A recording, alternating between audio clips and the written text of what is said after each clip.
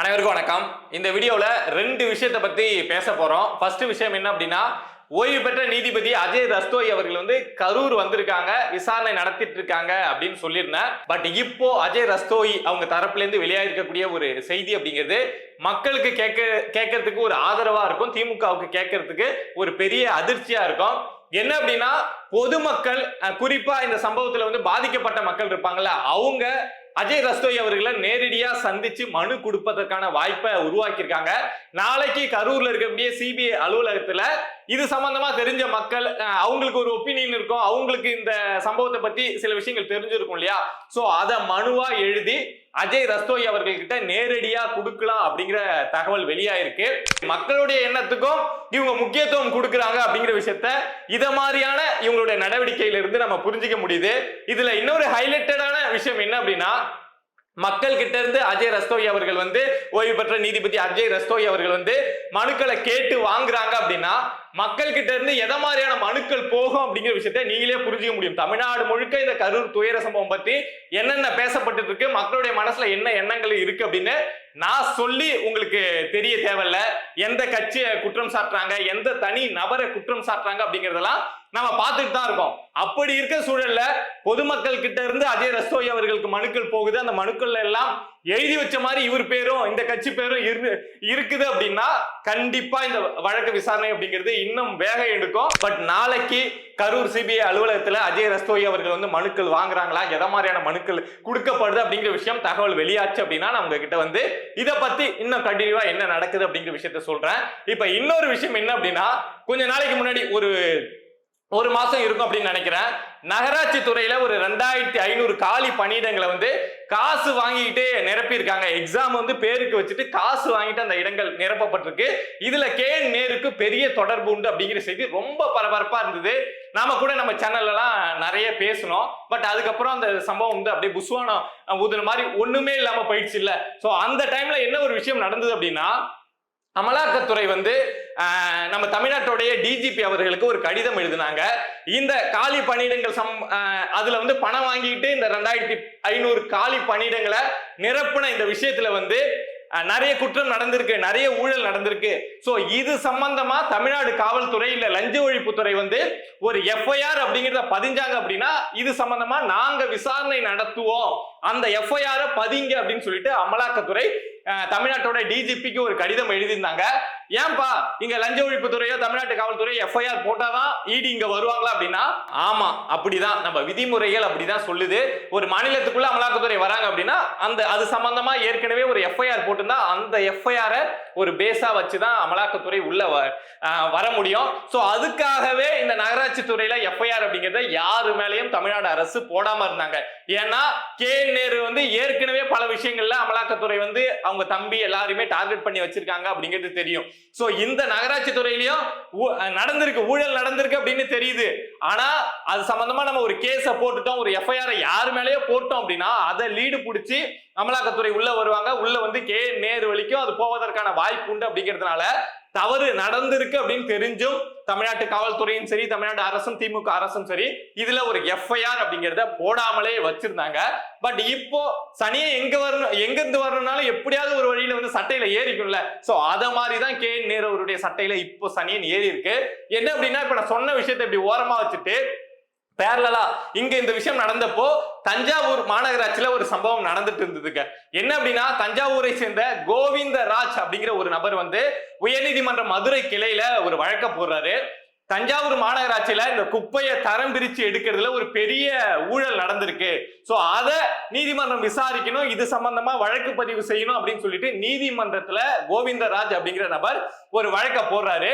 அந்த வழக்கை எடுத்து விசாரிச்ச மதுரை உயர்நீதிமன்றம் என்ன பண்றாங்க அப்படின்னா, இதுலதான் முகாந்திரம் இருக்கு, தவறு நடந்திருக்கு அப்படின்னு தெரியுது, ஏன் இன்னும் இது சம்பந்தமா காவல்துறையோ இல்ல லஞ்ச ஒழிப்புத்துறையோ ஒரு நடவடிக்கை எடுக்காம இருக்கீங்க, நடவடிக்கை எடுக்க அப்படின்னு சொல்லிட்டு ஒரு உத்தரவை போடுறாங்க.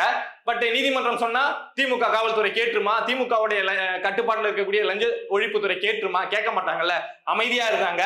பட் இப்போ 2 நாளைக்கு முன்னாடி திரும்ப உயர்நீதிமன்றத்துல இது சம்பந்தமான விசாரணை வரப்போ இன்னும் ஏன் எஃப்ஐஆர் போடாம இருக்கீங்க அப்படின்னு ஒரு அழுத்தம் நீதிமன்றம் கொடுத்ததுக்கு அப்புறம் இப்போ 4 பேர் மேல எஃப்ஐஆர் அப்படிங்கறத போட்டிருக்காங்க.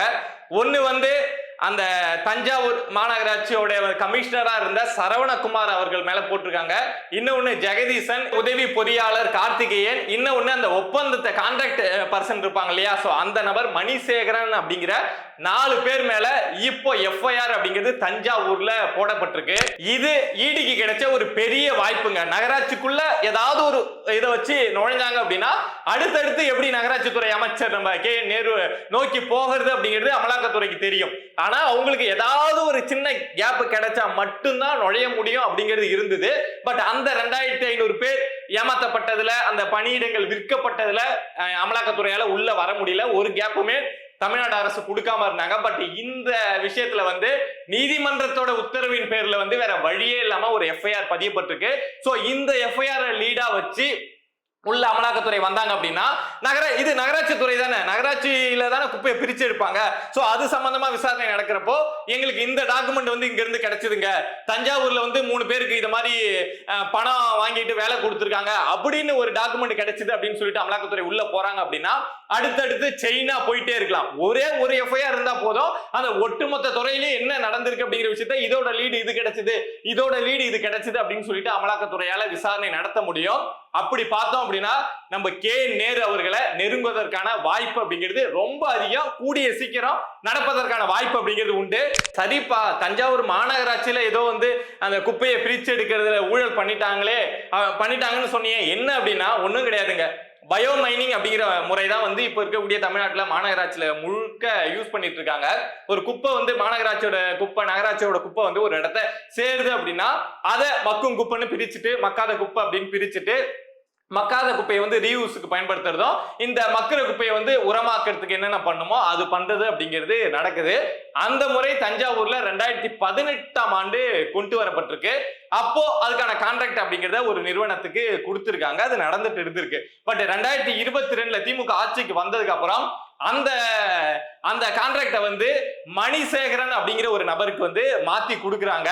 சோ அதுக்கப்புறம் இந்த 2-3 வருஷமா அந்த தஞ்சாவூர் மாநகராட்சி குப்பையை பிரிச்சு எடுக்கிற வேலையை இவரு தான் பார்த்துட்டு இருந்திருக்காரு. பட் ரீசெண்டா ஒரு டேட்டா ஒண்ணு வெளியாகுது. அதாவது தஞ்சாவூர் மாநகராட்சியில இவ்வளவு குப்பைகள் இப்ப பிரித்து எடுக்கப்பட்டிருக்கு, இதுக்காக இந்த நிறுவனத்துக்கு இவ்வளவு பணம் கொடுக்கப்பட்டிருக்கு அப்படிங்கிற தகவல் வெளியாகுது. பொதுவா இத மாதிரி ஒரு இடத்த ஒரு ஸ்கேம் நடக்கிறத எப்படி கண்டுபிடிப்பாங்க, அவங்க அந்த வேலையை செஞ்சதுக்கு காசு வாங்குறாங்களா செய்யாததுக்கு காசு வாங்குறாங்களா அப்படின்னு எப்படி கண்டுபிடிப்பாங்க அப்படின்னா, அங்க அந்த வேலையை செய்ய எவ்வளவு மின்சாரம் தேவைப்படும், அவ்வளவு ஒரு நாளைக்கு இவ்வளவு மின்சாரம் அப்படின்னா ஒரு மாசத்துக்கு இவ்வளவு மின்சாரம் பயன்படுத்தினா இவங்க இவ்வளவு குப்பையை அங்கிருந்து தரம் பிரிச்சிருக்கலாம், அதுக்கு இவ்வளவு பணம் வாங்கி இருக்கலாம் அப்படிங்கிற அடிப்படையில தான் அதை கணக்கிட்டு கண்டுபிடிப்பாங்க. அப்படி பாக்குறப்போ இவங்க பயன்படுத்தின மின்சாரம் அப்படிங்கிறது ரொம்ப கம்மியா இருக்கு. பட் அந்த நிறுவனத்துக்கு கொடுக்கப்பட்ட பணம் அப்படிங்கிறது ரொம்ப அதிகமா இருக்கு. அப்படி பாக்குறோம் அப்படின்னா அங்க கொட்டப்பட்ட குப்பைகளுடைய அந்த குப்பையில தரம் பிரிக்கிற வேலை அப்படிங்கிறது நடக்காம அந்த மணிசேகரன் அப்படிங்கிற அந்த நிறுவனத்தோட உரிமையாளர் பணம் வாங்கி இருக்கார் அப்படிங்கிற விஷயம் வெளியில தெரிய வருது. சோ இந்த அடிப்படையில தான் கோவிந்தராஜ் அப்படிங்கிற நபர் தஞ்சாவூர் மாநகராட்சியில குப்பை பிரிச்சு தரம் பிரிச்சு எடுக்கிறதுல இந்த மாதிரி ஸ்கேம் நடந்திருக்கு அப்படின்னு சொல்லிட்டு உயர்நீதிமன்ற மதுரை கிளைக்கு போறாங்க. அதுக்கப்புறம் தான் இப்ப இந்த விஷயம்லாம் நடந்து இப்போ ஃபைனலா திமுக தரப்புல இருந்து காவல்துறை லஞ்ச ஒழிப்புத்துறை எஃப்ஐஆர் அப்படிங்கிறத போட்டிருக்காங்க.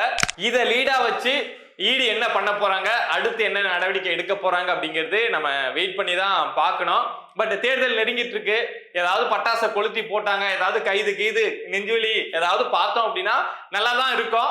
ஏற்கனவே இதுக்கு முன்னாடி ஒரு பல மாதங்கள் இருக்கும் அப்படின்னு நினைக்கிறேன், ஒரு 6 மாசம் 8 மாசமாவது இருக்கும் அப்படின்னு நினைக்கிறேன். கேன் நேருக்கு சொந்தமான பல இடங்கள்ல உங்களுடைய தம்பி கேன் ரவிச்சந்திரன் அப்படின்னு சொல்லிட்டு அந்த நிறுவனத்துல எல்லாம் அமலாக்கத்துறை ரைடு நடத்தினாங்க. பட் அதுக்கப்புறம் அமைதியாச்சு. சரி, வேற ஏதாவது வழக்குல மாட்டுவார்னு பார்த்தா இந்த வேலை வாங்கி தரதுல ஏமாத்தினாரு அப்படின்னு சொன்னாங்க. அதுலயும் ஒண்ணும் இல்லாம அமலாக்கத்துறை எங்களுக்கு எஃப்ஐஆரே இல்லை, நாங்க உள்ள வர முடியல அப்படின்னு பேசாம இருந்தாங்க. பட் இப்போ ஒரு நல்ல வாய்ப்பு கிடைச்சிருக்கு. கொளுத்தி விட்டாங்க அப்படின்னா தேர்தல் வரைக்கும் வெடிக்கலாம். பட் என்ன பண்றாங்க அப்படின்னு பொறுத்து பார்ப்போம்.